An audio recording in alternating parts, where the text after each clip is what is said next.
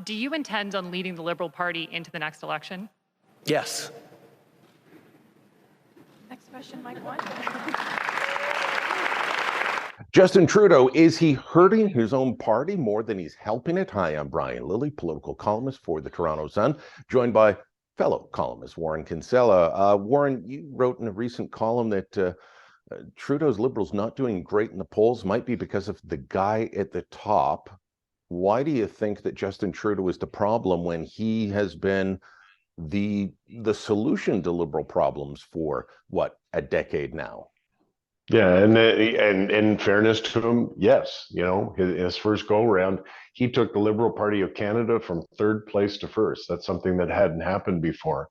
However, you know, average folks, normal folks, Joe and Jane front porch, as you and I call them, look at politics through the prism of two things. One is party affiliation. That's largely how they vote. And who the leader is. They don't really know who the candidates are or any of the other stuff. Maybe an issue, if an issue becomes hot.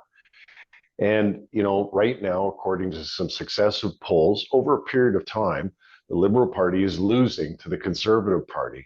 So you've got to lay some of the blame for that at Justin Trudeau's feet.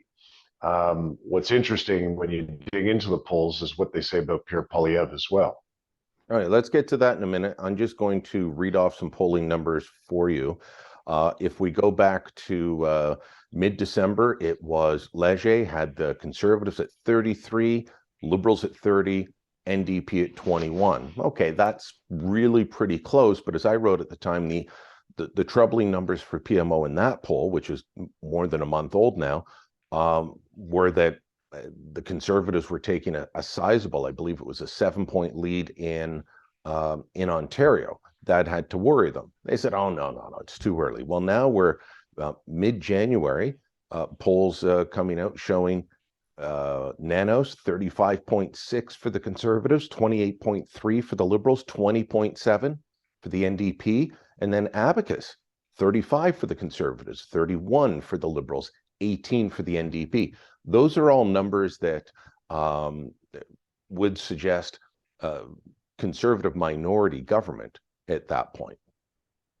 Yeah, right now, Pierre Poilievre is winning. He is winning. Were an election to be held today, he would win it. And, you know, if you believe the Nanos, as you pointed out in a column the other day, he's getting perilously close to a possible small majority government. You know, as soon as you get in closer to about 40%, you know, that's what you're looking at. Now, a lot of this depends upon how the NDP do, as you always point out. Like in 2011, Stephen Harper won a majority because he ran an excellent campaign and was disciplined and strong and had all the right themes. But also the NDP surged under Jack Layton, and the progressive vote was kind of split, and the Liberal Party relegated to third place. So what happens in the coming election will again depend a lot on Jagmeet Singh and the NDP.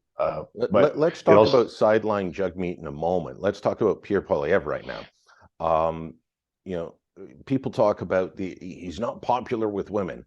Trudeau's not popular with men. And I always say that, you know, for the Liberals to win, they have to do really well with men. For the Conservatives to win, they have to do really well with women. Right now, when I look at it, it's stagnant.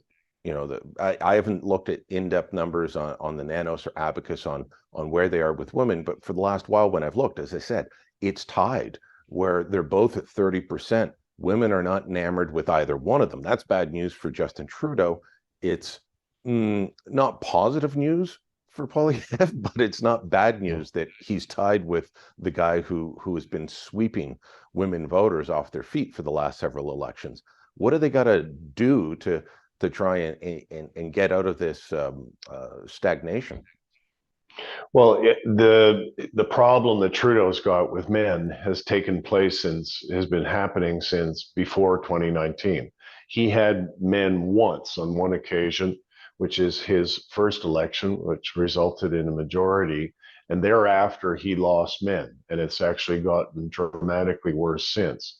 But, you know, it's interesting. Here, I'll tell you an old war story. As you know, I made the interesting decision to run for the Chrétien Liberals in 1997 in North Vancouver. And see, Liberals hadn't won in decades.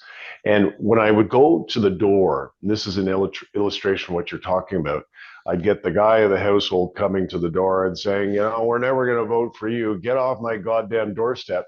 And his wife, so he'd be an engineer, let's say, and his wife, who we knew from our research was a nurse, would be standing behind him with her arms closed, looking at me going, Wow. So you had these splits within households. And, the reason why Justin Trudeau is Prime Minister of Canada is because of female voters. He's got them and he still owns them. The interesting thing about Poilievre is he's less attractive to women than any of his recent predecessors were Aaron O'Toole or Andrew Scheer. And how he deals with that, I actually, as I expressed in the column, I'm not sure, because I'm not sure what's causing that. Is it something about his image, his persona? I just don't know. I want you to expand on that, because it was a really interesting part of your column. You're not saying it's because of X, it's because of Y. You're saying that people vote often on their guts, and it's inexplainable why they feel a certain way. They just do. Is that, like, fill me in? Yeah, I think that, as you know, I think, the physicality, the physiology of a candidate is important. I've written about it before in the pages of our paper. And, I know a lot of political people, they look at American politics and they think you got to look like a matinee idol, perfect hair and perfect voice and perfect diction and, a high school quarterback and all that kind of stuff. But, you look at the candidates, at least in Canada, that win, Doug Ford and René Lévesque and Jean Chrétien and Ralph Klein, they're kind of regular schmoes. And, Poilievre just looks a little too perfect sometimes, and with the hair and the glasses and the suits and so on. If I were advising him, I'd say to him, we got to send him out to, play baseball or something, or just kind of rough him up a bit, or send him jogging, getting him, looking a little like a regular guy. I think he needs to do that, because he never has a hair out of place.